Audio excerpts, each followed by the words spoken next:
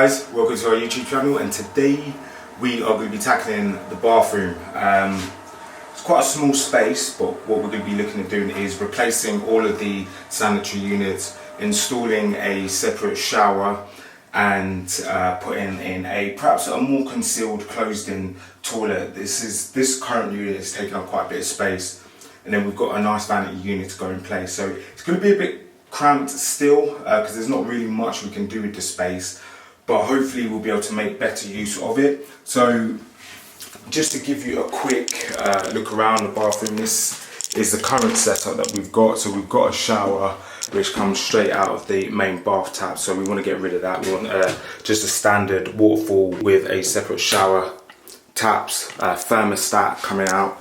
We're going to be replacing the wall, so we're going to be removing a lot of the wall tiles. Thankfully it's just splashbacks, so there's not really much to do. What we'll probably be doing is leaving the stud work in place where we don't need to touch, just tidy up those walls, perhaps sand them back down, and then repaint those.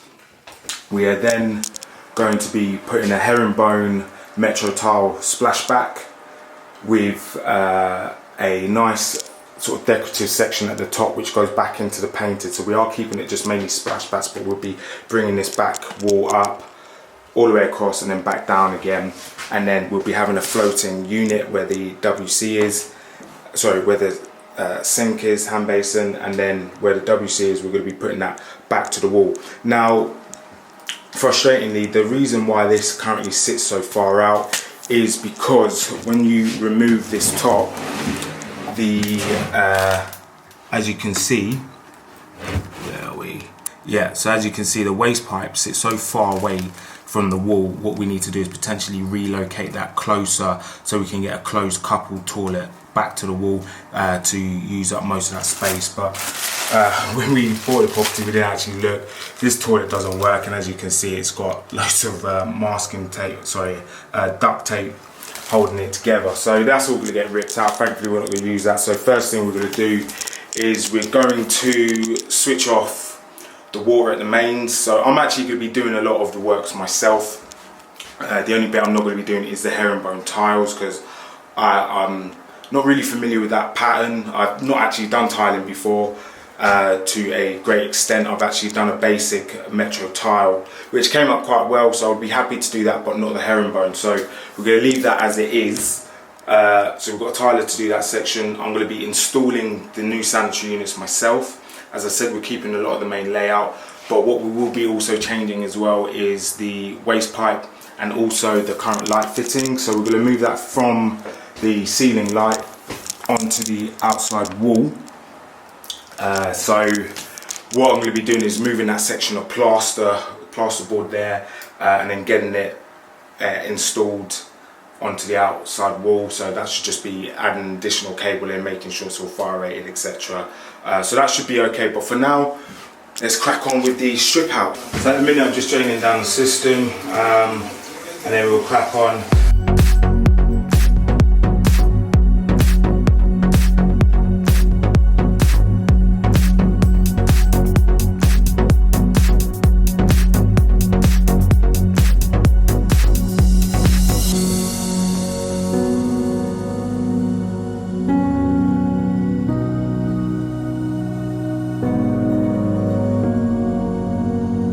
So a tool that I bought, not really a necessity, but I got this from Aldi. It's a multi-tool, good for multiple purposes: sanding, cutting. I think it's 300 watts, and basically it's a multifunctional saw, scraping, sanding and cutting tool, variable speed. And the best thing about it, £20 from Aldi. So what I'm going to actually put this to use now. I've got a screw, which is a bit of a hard bugger. I could use other methods, but I am just going to go straight ahead and sort of just cut it off basically. If you are an avid DIY, I probably would recommend this for the price. I've not used it yet, but just for the price and its capabilities and functions. I heavily reviewed this before purchasing it, and it's got nothing but good reviews so far, so I went ahead and bought it. But probably would have bought it anyway just to see. I don't really think I would have lost £20 At least if I've got a couple of good jobs out of it anyway. So we're going to plug this in, give it a go, see how we get on with this. So from Audi, don't really think you could go wrong with it. I mean, that's a nice decent size. It looks pretty solid and stable as well. Straight on and off. Apparently it does do multi-speed, so oh yeah, we've got a little toggle down here which just gives us our speed indication that we so desire. So we've got a little tool which I believe is used to assist getting cutters off. So this is the actual tool that I'm going to use. This is the saw cutter, which will help us remove that stubborn nail from the wall. So what I'll do, I'll quickly have a...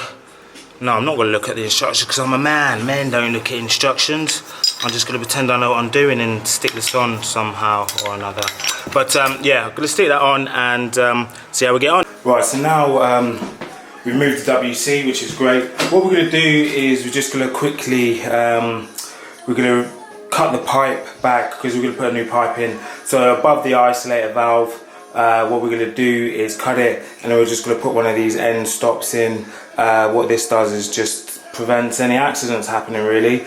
It's a 15mm copper pipe standard fit, so what we'll do is what I'm going to do is I'm going to cut it here, give myself plenty of room to work with. Now we are going to get a bit of a leak, but hopefully we should be okay.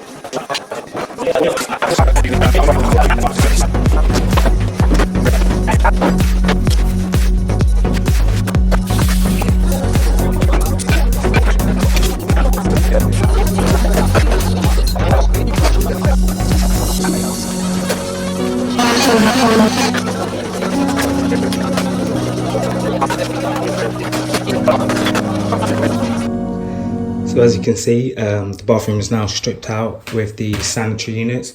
All we've got to do now is just remove the tiles, which thankfully are just a splashback area. So I'm going to do those next. And I had a little idea, because it's such a small bathroom, the way the original plan worked was very tight. We had the bath here, the hand basin here, and then the toilet here. And we've actually ordered a 600 mil unit, a vanity unit, floating one, and I was a little bit concerned that it might not fit in there. So what I'm actually thinking of doing, having a rejig, because I'm going to be changing all the plumbing anyway. We're doing the pipe work and the soil pipes, the waste pipes. I'm actually planning now, providing I get sign off from the missus, to put the vanity hand unit here against the door, sorry, or next to the door, and then putting the WC here. I think it will perhaps give us a bit more space, make it feel a little bit more spacious in here, because it is a bit of a tight space anyway. So the bath is going to be the same size, but we're going to have a shower which is going to be integrated in. So I've actually got some hardy backer ready to replace these plasterboard walls here. So hopefully, also the floor will be coming up as well. It's absolutely it's knackered, manky, whatever you want to call it. It's blown in various parts where there's been, I don't think there's been any leaks as such, but just perhaps where water's been going over the bath. It's just soaked in and just caused that to bubble up. So that's going to be replaced. Might again use some hardy backer again, just to make it nice and solid. Yeah, so if you enjoy these videos, please like and subscribe, and I'll hit you up in the next one. Bye.